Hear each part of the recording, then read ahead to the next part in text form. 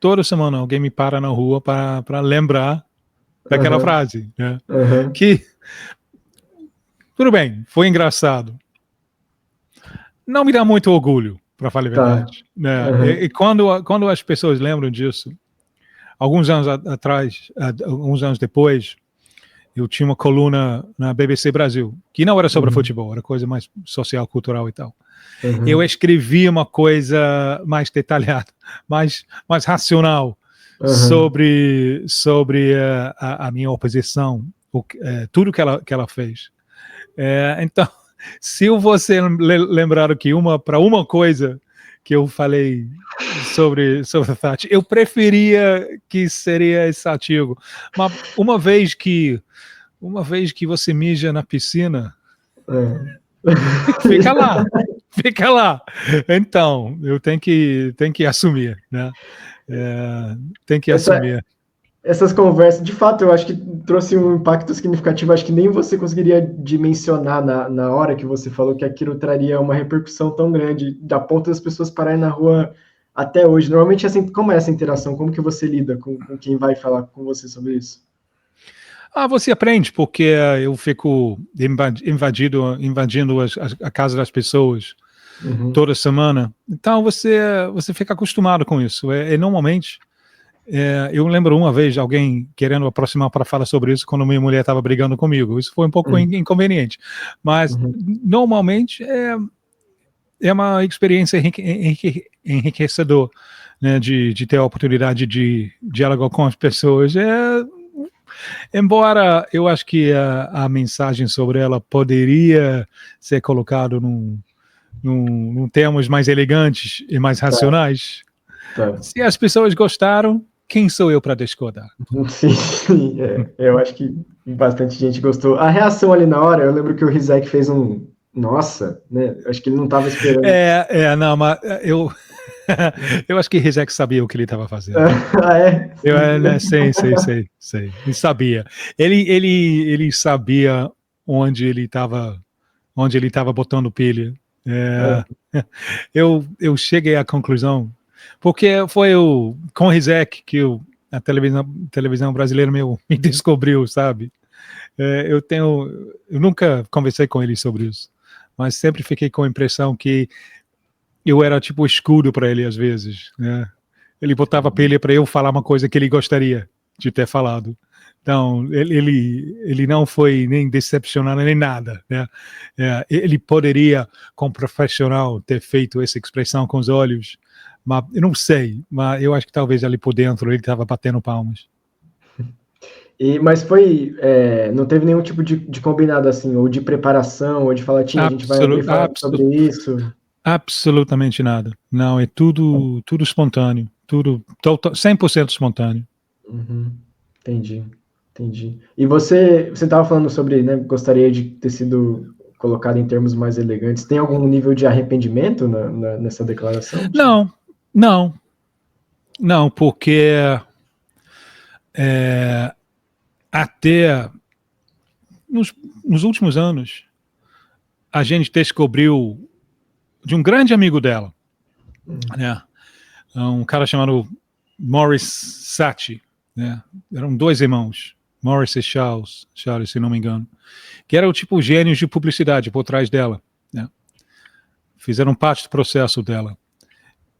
O Morris, com grande sinceridade, né? Ele escreve artigos, fala sobre o fato que ela sabia, nos últimos anos, né, que o projeto dela foi um fracasso total.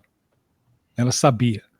E ele escreve muito bem sobre isso aí, né, que a ideia, o sonho, o delírio, né, é um mundo de 500 mil empresas pequenos disputando de uma maneira leal. O resultado final seria bom para todo mundo, né? Mas acabou criando um monstro, acabou criando grandes corporações, né? E como Morris escreveu no início de ano passado, né, o resultado final da concorrência é o final da concorrência. É brilhante.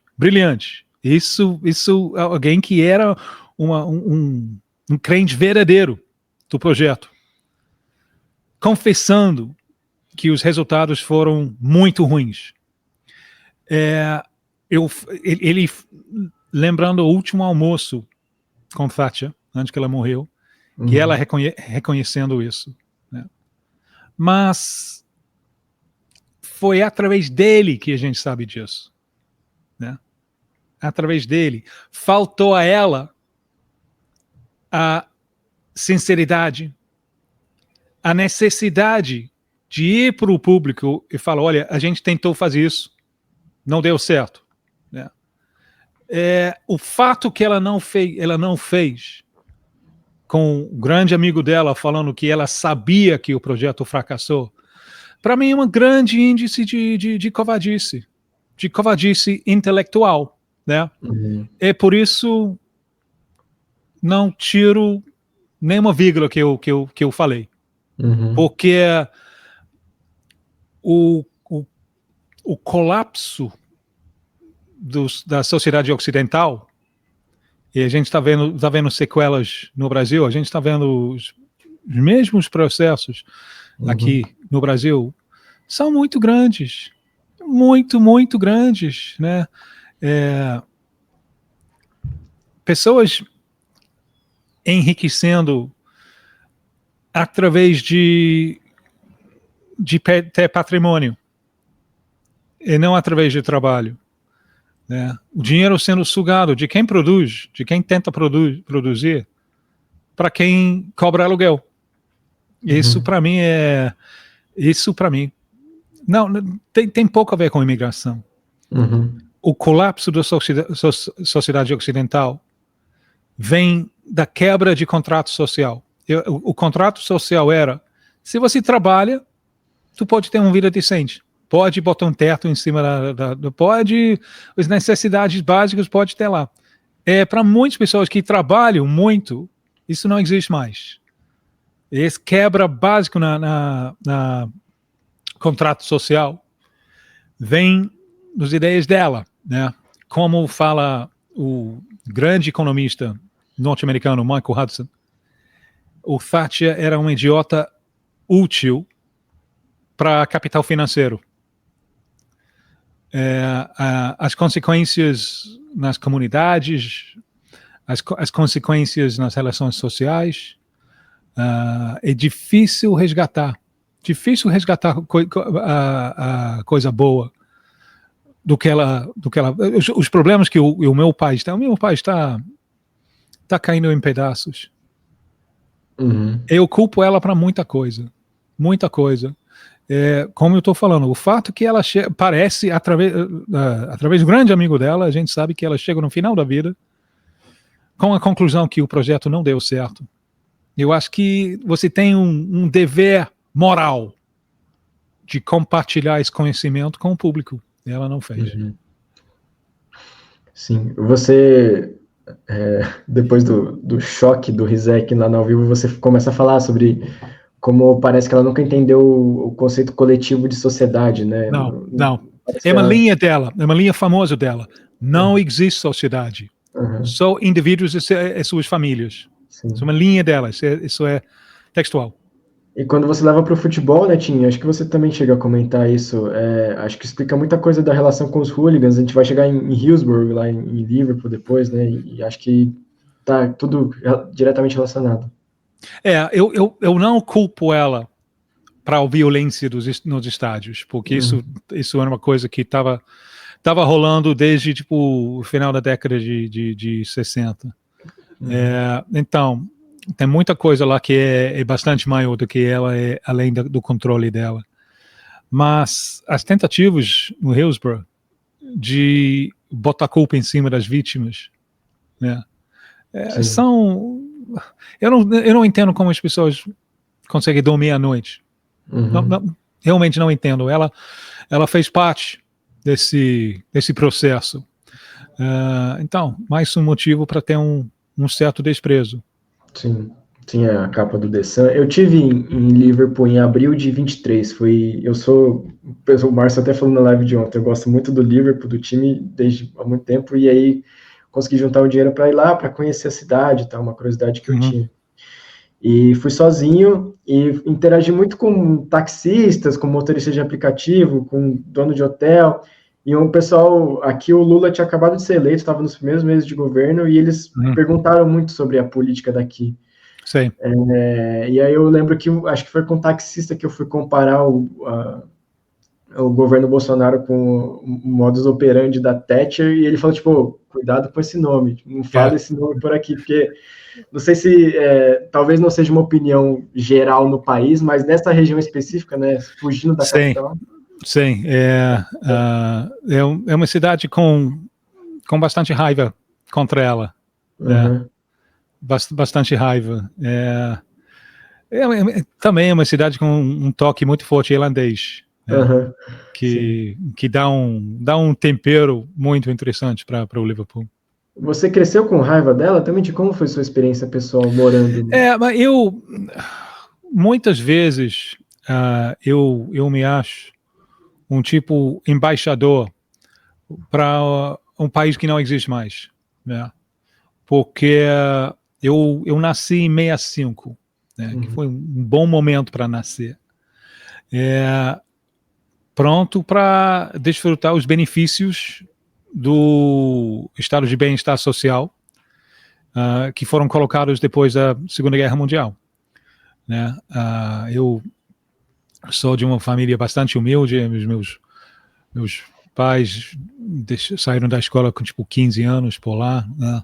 Eu lembro a vida sem tipo geladeira, sem televisão, sem máquina de lavar, carro a gente nunca teve, telefone e tal, mas a gente não estava passando a pobreza especialmente da minha mãe, da infância dela.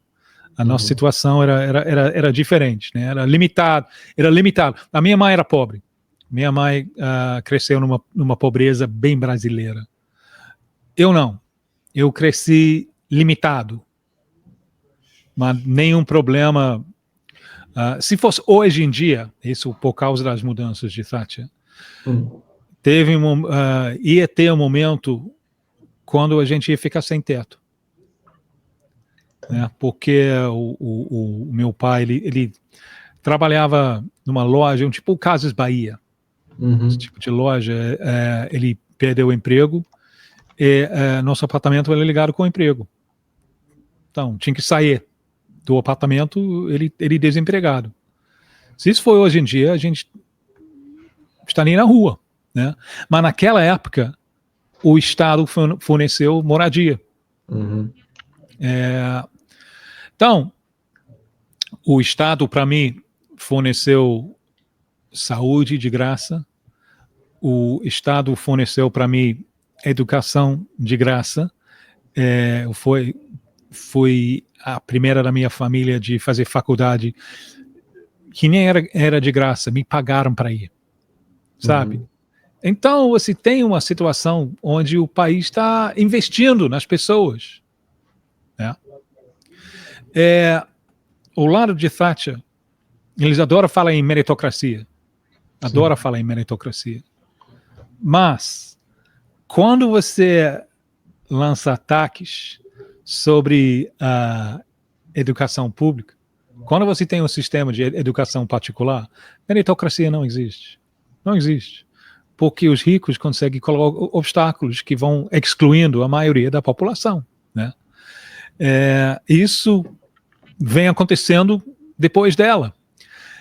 Especialmente uma das coisas mais significativas que ela fez foi vender a preço de banana a moradia popular, que era do Estado.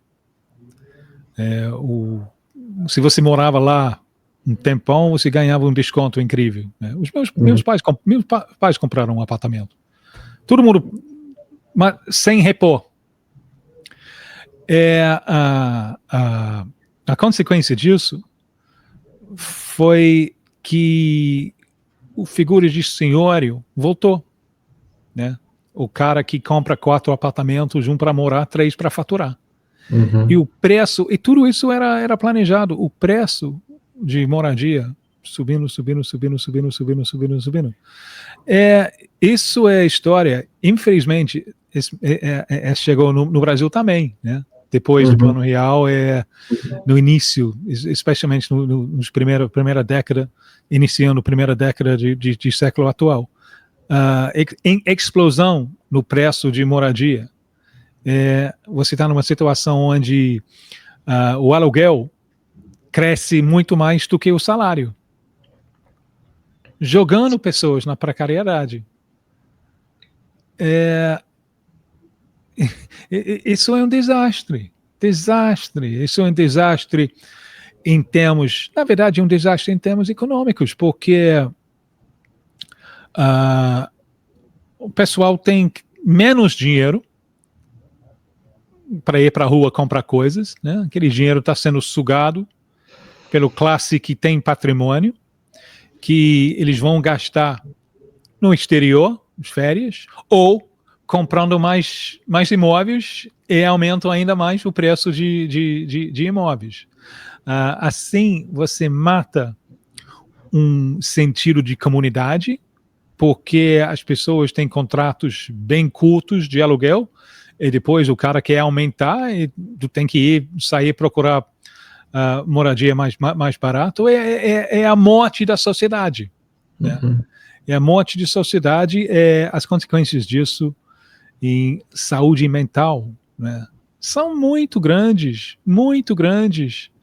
Então, por isso eu falo que eu sou embaixador para um país que não existe mais, porque aqueles anos de democracia social foram, na Europa, nos Estados Unidos, talvez, para os anos melhores na história da humanidade. Você falou que você ama Liverpool.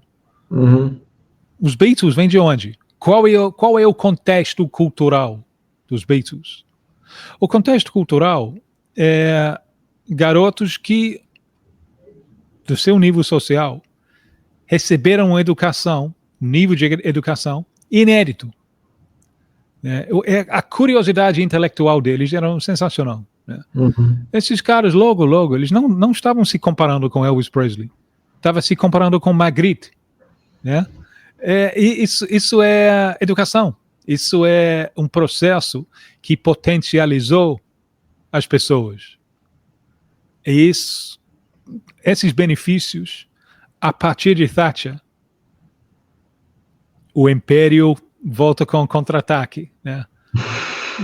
Colocando o Zé Povinho no seu lugar. Eu não sei quem ganha com isso. Seriamente, eu não sei. Mas eu acho que quem não está mais pobre financeiramente é mais pobre espiritualmente. Sem dúvida. Quando ela assumiu em 79, se não me engano, você estava na escola ainda, né? Estava com... tinha acabado de fazer 14 anos quando ela assumiu. Sim. Você lembra... bem no início, o governo dela fechou a minha escola, que era uma escola muito limitada, mas bem razoável. Estava começando a produzir pessoas que acabaram indo para a faculdade, que nunca tinha acontecido. Mas era ganância. Ganância pura e simples. Ganância. Olha, o preço de imóveis vão aumentar, então vamos vender a escola para faturar com um projeto de construção em cima. Né? Em qual cidade que era esse, tio? O quê? Em qual cidade que qual cidade? Tipo, arredores de Londres, que chama Hemel Hempstead, que é uma cidade que foi construída na década de 50, tirando as pessoas do centro de Londres depois da destruição da guerra. Entendi.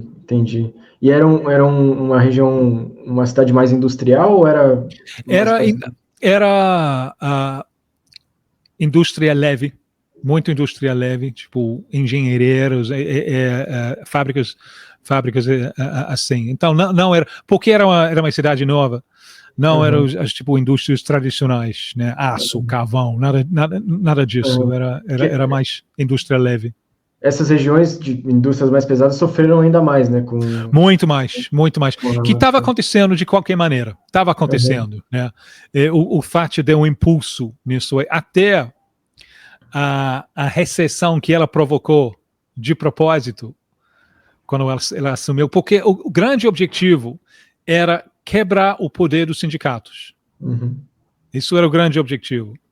Então, de propósito, eles criaram uma recessão que acabou sendo muito mais profundo do que eles imaginaram. Né? Muitas empresas bem razoáveis foram à falência. Né? Eu lembro, eu saí de escola em 83. 83 foi um ano muito ruim economicamente. Eu ia começar trabalhando num jornal local. O jornal faliu. Aí, depois, foi difícil achar qualquer coisa. Eu achei um emprego numa loja vendendo roupa. Segunda semana lá, a loja faliu. Né? Eu acabei trabalhando mais 7, 8 meses lá, porque a gente foi a última de cadeia de ficar aberto. Mas estava tudo fechando, tudo falindo.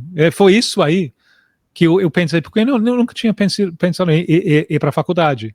Mas quando eu vi que era impossível, o mercado de trabalho era muito difícil, eu pensei, caraca, eu posso ir para a faculdade e os caras vão me pagar?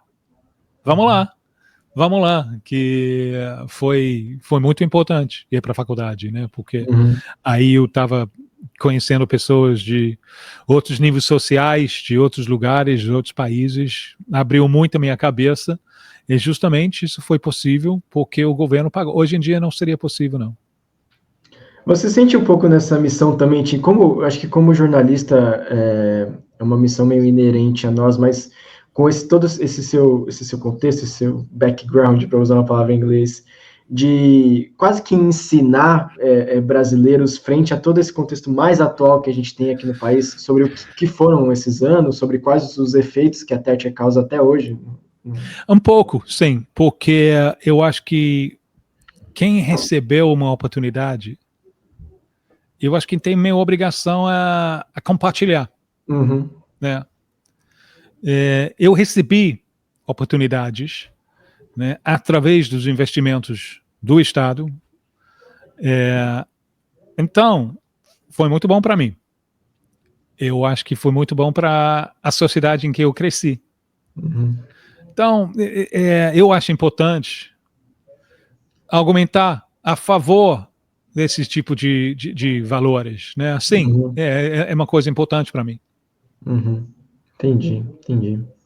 E voltando no vídeo, no famoso vídeo, quando viraliza hoje em dia, esses dias eu estava vendo era algum desses perfis de extrema-direita que estava te criticando, acho que foi uma coluna nossa que a gente subiu, e o cara respondeu, esse aí é o cara que comemorou a morte da Thatcher. E você respondeu, não é bem assim, eu lamentei que ela nasceu, nunca comemorei quando ela morreu. Isso. E me pareceu um jeito muito bem-humorado, assim, de lidar com esse tipo enfim, não sei se dá para chamar de argumento, mas com esse tipo de interação, principalmente nas redes sociais, onde as pessoas costumam ser muito mais mal educadas que na rua, né, nas interações pessoais. Sim, verdade. Não, eu acho que o humor é a minha maneira de lidar com tudo, né? Eu lembro quando meu pai morreu, eu fui comprar uma passagem para tipo enterro. Foi em cima da hora, alta temporada, então foi muito caro. E o cara fala, você realmente quer pagar isso tudo? Eu falei, mas o que aconteceu o meu pai morreu, mas ele prometeu que ele não vai fazer de novo. Então é só agora.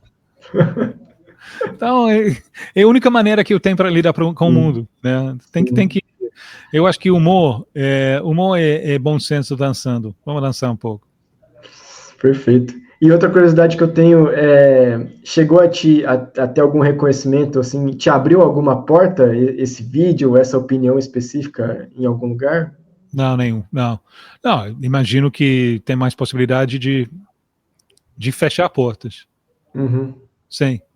Porque tem uma crença que ela fez Grã-Bretanha grande de novo. Né? Uhum. Cada vez mais eu tô ciente do desastre que era. Até porque, isso vale a pena frisar, o ano depois que ela assumiu, a partir de 80, a Inglaterra, ou mais precisamente Escócia, passou a ser um produtor em massa de petróleo.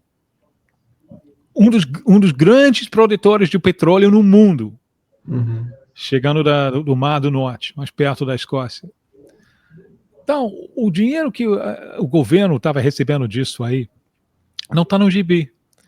A possibilidade de investir era muito, muito grande, muito grande. Até outros países, Noruega fez isso. Fez um fundo, investiu. Thatcher usou isso para duas coisas. Financiar o desemprego em massa que ela proporcionalmente causou e dar corte de impostos para os ultra ricos. Que desperdício. Pois é. Que desperdício, né? Então,